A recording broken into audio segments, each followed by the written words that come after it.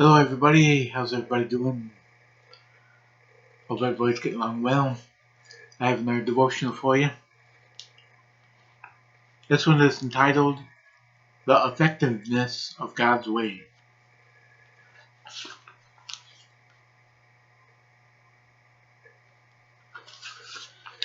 I'll be reading from my Bible, Exodus chapter 3, verses 1 through 22.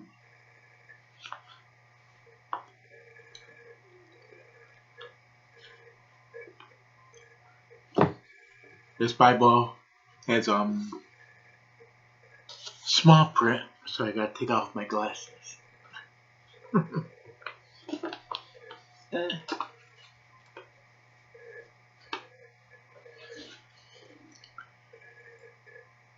Meanwhile, Moses was shepherding the flock of his father-in-law Jethro, the priest of Midian.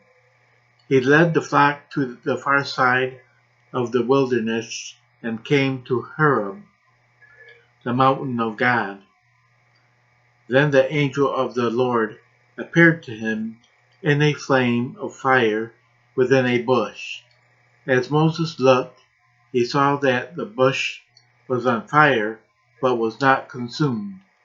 So Moses thought, I must go over and look at this remarkable sight. Why isn't the bush burning up? When the Lord saw that he had gone over to look, God called out to him from the bush, Moses, Moses. Here I am, he answered. Do not come closer, he said. Remove the sandals from your feet, for the place where you are standing is holy ground. Then he continued, I am the God of your father, the God of Abraham, the God of Isaac, the God of Jacob.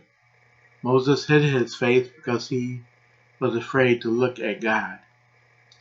Then the Lord said, I have observed the misery of my people in Egypt, and I have heard from them crying out because of their oppressors. I know about their sufferings, and I have come down to rescue them from the power of the Egyptians, and to bring them from their land to a good and spacious land, a land flowing with milk and honey, the territory of the Canaanites, Hittites, Amorites, Hezrites, Hivites, and Jebusites. So because the Israelites' cry for help has come to me, and I have also seen the way the Egyptians are oppressing them, therefore go, I am sending you to Pharaoh, so that you may lead my people, the Israelites, out of Egypt. But Moses asked God, who am I that I should go to Pharaoh and that I should bring the Israelites out of Egypt?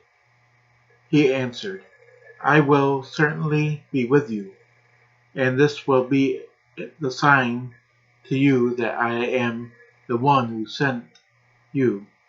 When you bring the people out of Egypt, you will all worship God at this mountain. Then Moses asked God, if I go to the Israelites and say to them, the God of your fathers has sent me to you, and they ask me, what is his name? What should I tell them? God replied to Moses, I am who I am. This is what you are to say to the Israelites. I am has sent me to you. God also said to Moses, say this to the Israelites.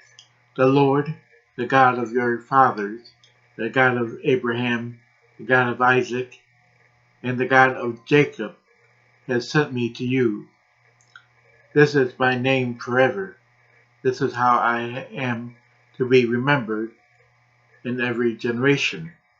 Go and assemble the elders of Israel, and say to them, the Lord, the God of your fathers, the God of Abraham, Isaac, and Jacob, has appeared to me and has said, I have paid close attention to you and to what has been done to you in Egypt, and I have promised you that I will bring you up from the misery of Egypt to the land of the Canaanites, Hittites, Amorites, Perizzites, Hivites, and Jebusites, a land flowing with milk and honey. They will listen to what you say. Then you, along with the elders of Israel, must go to the king of Egypt and say to him, the Lord, the God of the Hebrews, has met with us. Now please let us go on a 3-day trip into the wilderness so that we may sacrifice to the Lord our God. However, I know that the king of Egypt will not allow you to go, even under the force from a strong hand. But when I stretch out my hand, and strike Egypt with all my miracles that I will perform in it, after that he will let you go, and I will give these people such favor with the Egyptians that when you go, you will not go empty-handed. Each woman will ask her neighbor and any woman staying in her house for silver and gold jewelry and clothing, and you will put them on your sons and daughters, so you will plunder the Egyptians.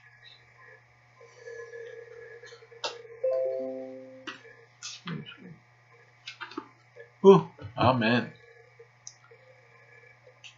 That's the Bible reading, now the devotion. In the face of difficulty, how quickly do you shift your focus to God and seek to know His way through the situation? When we choose to trust and submit to the Lord's path, He'll do amazing things in and through us. Moses is a good example. After unsuccessfully trying to rescue the Israelites by his own strength, he fled and spent 40 years in the wilderness. In that time, his pride, self-reliance, and self-will were broken. Humbled, he was now someone God could use to accomplish the slaves' deliverance from Egypt. Through Moses, the Lord demonstrated what great things He could do through one yielded, dependent person. God rescued His people without a strong army and insurrection or a long, drawn-out war. All it took was the display of His mighty power.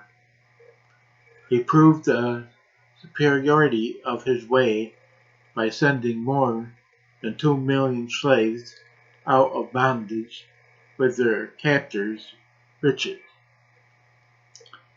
He received all the glory by proving that He alone is the God of heaven and earth. Our past failures never hamper God's ability to use us. In fact, our weakness is what makes us useful and shows that all the glory is His. Ooh, amen. Alright, hope you enjoyed the reading. Hope it meant something to you. And until I read to you again, God bless you all, and goodbye.